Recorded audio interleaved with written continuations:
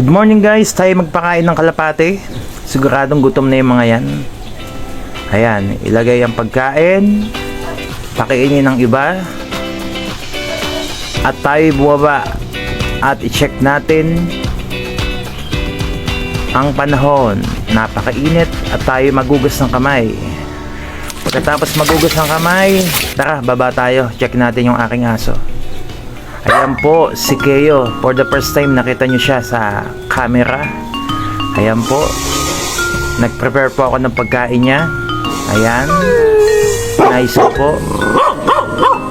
Then, iayos natin yung coco lumber niya para walang makapasok na kung ano man. At painumin natin siya ng vitamins para hindi po siya magkasakit. Ayan, para lagi kang malakas din. Thank you Hugas so ng kamay. much. At i-check natin ang bata sa taas, okay? Ayan, mga tulog pa. Yes. Yung isa tulog pa rin. Then, tayo mangusina muna at nagising ng isang batang makulit. Ayan po. At naglambing pa.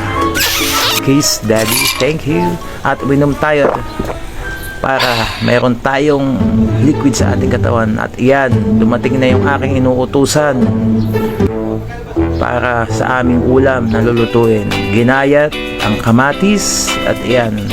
Yes, kompleto na. Ginisa. Ako'y nagisa-gisa na para sa aming tanghalian. Ano ba yan, Clifford? At kaya pala sumasarap ang ating lutuin eh. May nilalagay ka, ikaw talaga. Ayan na. Tapos saktong-sakto, dumating yung magbobote at marami na kaming na-stock ng mga plastic dito. Ayan. Meron pa rin siyang pakinabang. Kaya kayo guys, maging wise kayo. Yung mga wag nyo basta-basta itatapon, ibenta nyo. Kahit paano may tulong yan. Itong bata nangungulit pa at gustong lumabas. Ang sabi ko napakainit. Tingnan nyo ang panahon, no? Ayan. Pagkatapos, natapos din. Ayan po ang kilo ng aming pinagbentahan. Thank you kuya sa inyong kasipagan at God bless po. Ingat po palagi at napakainit. Saludo ako sa kasipagan mo. Ayan, balik tayo ng kusina. Report, magugas ng kamay at kunin mo lang yung pinggan paglalagay na kita ng kanin.